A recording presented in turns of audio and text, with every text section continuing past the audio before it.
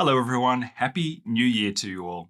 Over the Christmas break, I was looking over my backlog of custom builds that I have parts for, hunting for a fun and short build that I could do in a single day, and I found this. What you're looking at is the cosmic slingshot rocket designed by Dallen.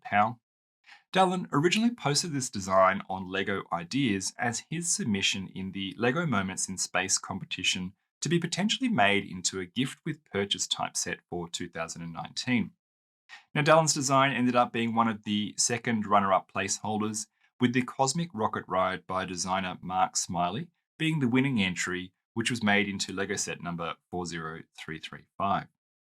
Even though Dallen's Slingshot rocket was not made into an official LEGO set, Dallen has published an LDD file of his model on BrickSafe, and as the retro style design really caught my eye, it was kind of giving me Tintin Moon Rocket vibes. I downloaded the model file to check it out with the idea of bricklinking the parts to build this for myself.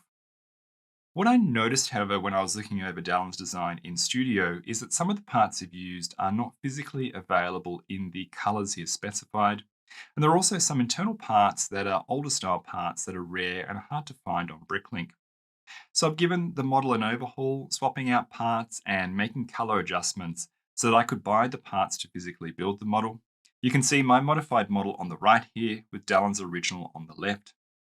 Using my model file, the parts required comes to 330 parts. And if you're interested in building this model for yourself, I've uploaded my file to Google Drive, and I'll put a link to it in the description of the video, as well as linking to Dallen's original model if you'd like to check that out too. When you're building a LEGO model straight from a studio.io or LDD file like this, where you do not have step-by-step building instructions, you will need to spend some time in Studio or LEGO Digital Designer to either slice the model up into layers that you can build easily in sequence, like I did for the head of the R5D4 droid recently in my R2D2 to R5D4 conversion video. Or another approach is to select small sections of the model and group them into easily buildable modules. I've used this approach for this rocket, and as you can see, the whole model can be broken up into small components that can be easily built individually and then assembled together to form the completed model. Now, during the build, I made a lot of on-the-fly adjustments, including modifying the control console, the hatch design, extending the rear stabilizers by one stud, changing the nose section internals, and making some further adjustments to ensure color consistency. I'll make sure to include these changes in my model file that I upload to Google Drive to share with you.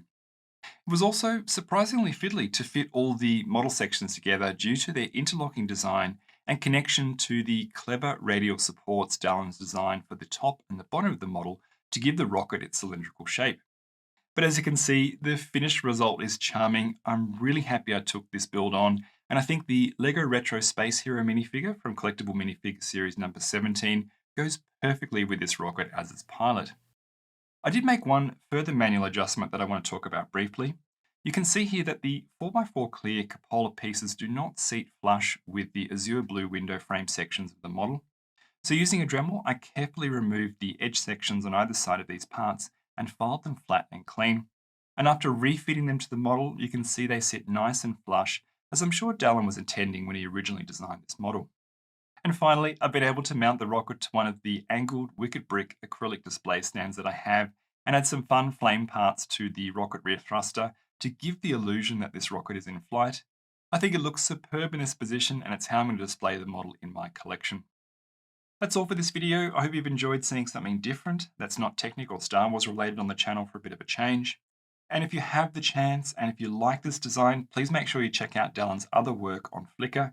He is a talented and creative mock designer with a great eye for color, and I'll link to his Flickr page in the description of the video.